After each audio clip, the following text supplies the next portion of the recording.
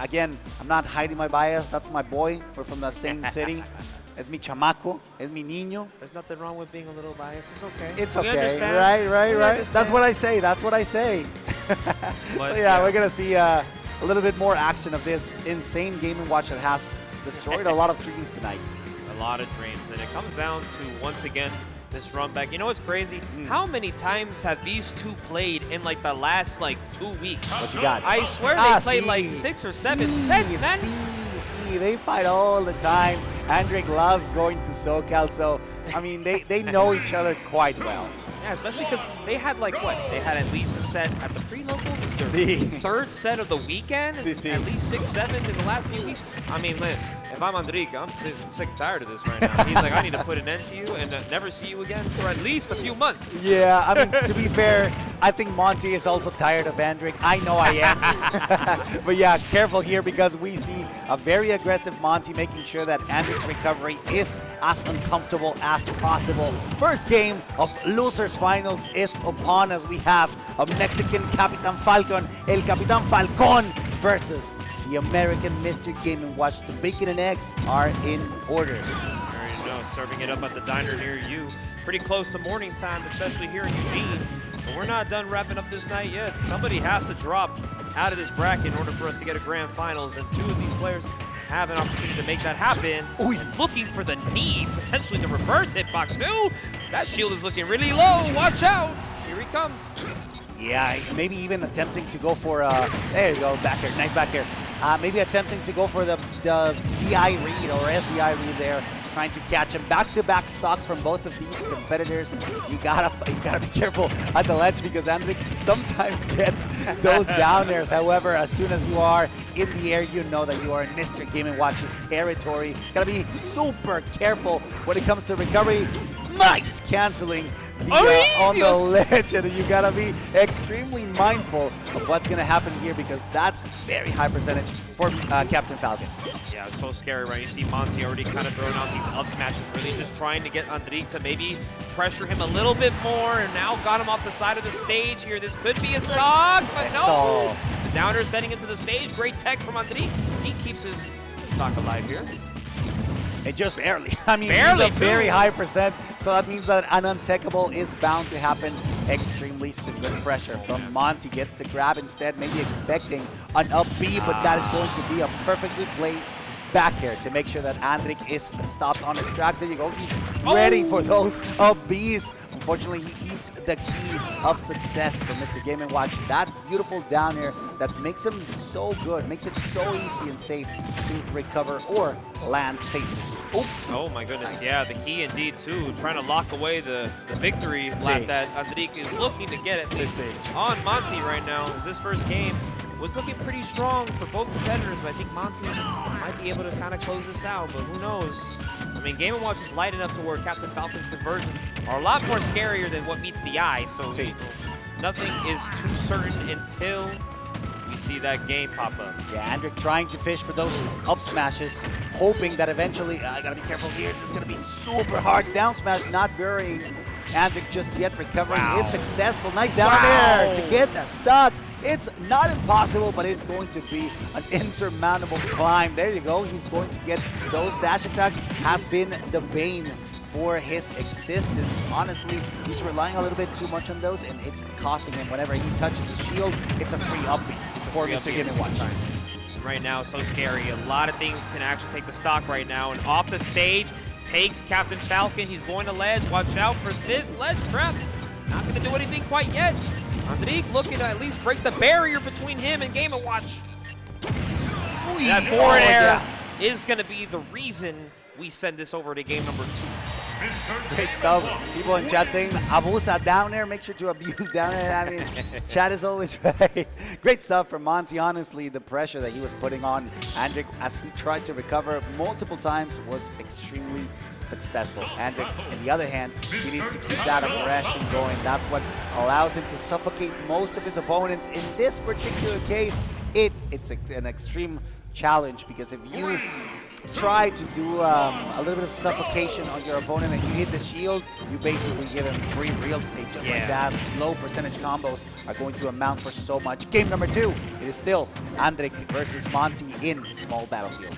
Yeah, small battlefield being the choice here. Falcon can do a lot off these, grab combo extensions with these platforms. Perfect height, perfect everything for Andrik, but at least get something going here, But Monte making good use of the space, just once again, not trying to play too close combat, but all of these straight hits, all these hits that Monte is supplying right now is doing wonders for Game & Watch, and already the first stock taken away. Looking really good for Mr. Game & Watch. Monte doing a phenomenal job at keeping Andrik at bay. Maybe he gets to start a combo here, great air dodge to avoid what could be a string, and it eventually ends up happening. Up airs just to get him up to 80%. Maybe he's trying to fish it for a spike, and he does. Unfortunately, overextending in the air is what's causing him to just eat those downers every single time. Yeah, and I'm catching Andrik is also kind of like baiting out a lot of these upbeats too. As you can see, he's reading these double jump bears, at least trying to get some damage on Monte. But I don't know if eventually maybe Monte might be catching on to that kind of stuff. It might be trying to reverse the counter himself. Get the down there, Andrik! Wide and ready for that punish. Oh my goodness. That's one of his specialties, for sure. Now, careful here. He knows that he cannot overextend, so he goes for the 1-2 hit combos at most. Like, he's not overcommitting. Yes, he still recovers effectively. Great stuff from Monte. Let's recognize that his trigger finger is always ready for those so scary techs against Captain Falcon. It's never on safety either. Captain Falcon keeping that gun on the holster. We never get to see it in action. But there's no my man shooting shots of blade right now. Another down air catch on Monte. Andrik pretty much 2 for 2 on style right now. But he is looking to maybe bring this game all the way back for himself. But at 150, Monte, an opportunity, and that's going to find it. Last stock for the game number 2. I mean, to be fair, Andrik is the down air abuser. So the fact that he is getting both stats with down air is kind of poetic, kind of crazy, kind of expected as well if you know him well enough. Now, watch out though, because Monte is putting a lot of damage on a very aggressive Andrik that's currently struggling to get it back in the stage. We get Bacon and X, unfortunately, not connecting any of them. He could get something started here, but of course, the combo breaker, the up B from Mr. Game & Watch won't stop him. Wrong read when it came to that grab. It could have been monumental for Andrik. And already has him off the end of the stage right now. Got the ledge trap on deck right now and catching the air dodge from ledge. And Monte's so good with finding these up smash kills. He's great. Let's just keep it that way. Monte is great at reading approaches. He knows when to charge up smashes and how to get the most out of every single unsafe approach, whoever his opponent is. So now Andrik has a very difficult situation ahead of himself. He needs to make a reverse 3-0 against someone that currently has him against the ropes.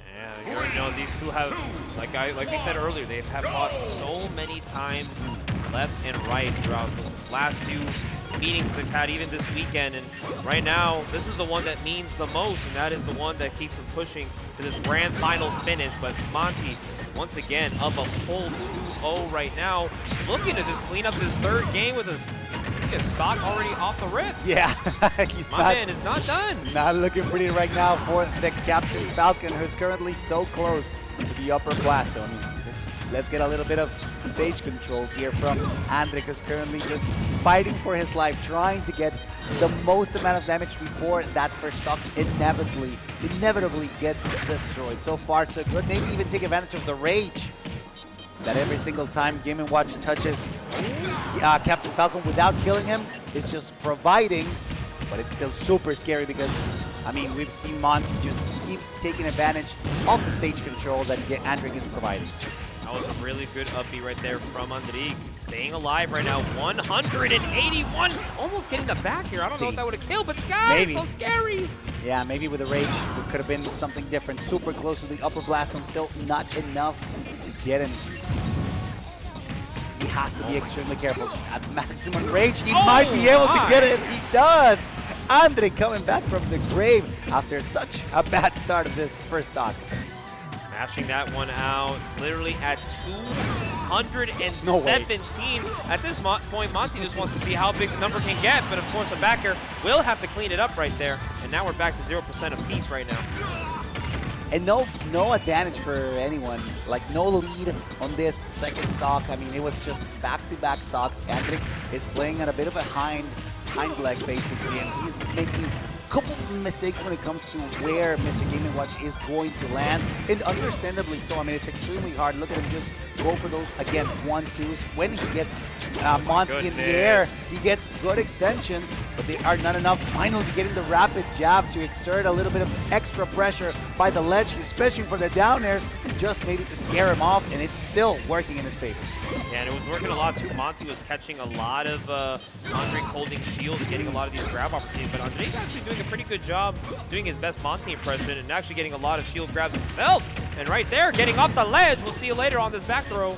Maybe he can try and clean it up here with another one of his favorite down airs, but coming off the stage, no jump.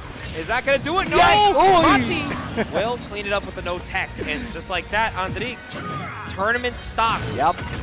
Very unfortunate for the Mexican competitor there, not being ready for the tech. That would have given him enough of a time frame to survive just for a little bit longer, maybe even take that stock first. But right now, he is on a deficit. He has already suffered quite a lot for not being able to land, and even as he is in the air, he gets caught up in that, landing on the up smash once again. This could be curtains for the Mexican competitor, struggling so much to even recover, even land, while Monte has a phenomenal chokehold on this final game of the set. Yeah, and you're talking about a theater right now. We're actually watching a tragedy in the making at this very point.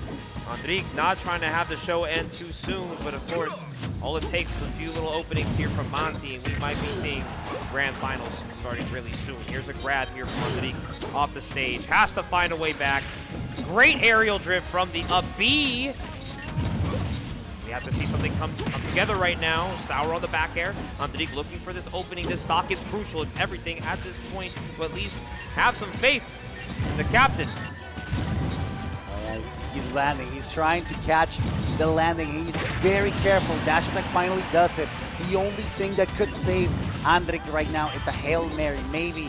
Listen, I'm a sucker for maybe a Falcon punch or something mythical, something magical that allows him to bring it back. There you go. It's a perfectly placed backer, and that is going to be it. Mexico is out of EugeneBound 3. Now we have two representatives, and they are from the United States, both from California. And both from California. One side of the end, we got NorCal, Louis Money, winner side. And then coming from SoCal, Monte, making the losers run. And of course, it all comes down to this. We might be seeing one, maybe two sets.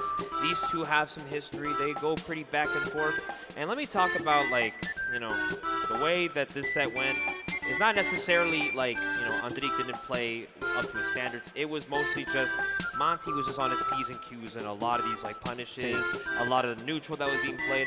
I was pretty sick to see Andrik actually go pretty far in this bracket, so a third place finish is not too shabby for Captain Falcon at this stacked event. Definitely. After all, he was swimming against the current, he said himself. I mean, it's a bad matchup for sure, but he did a phenomenal job at trying to mitigate what a commanding lead should have been. And I mean, it was a commanding lead. It was a 3-0. It was close though.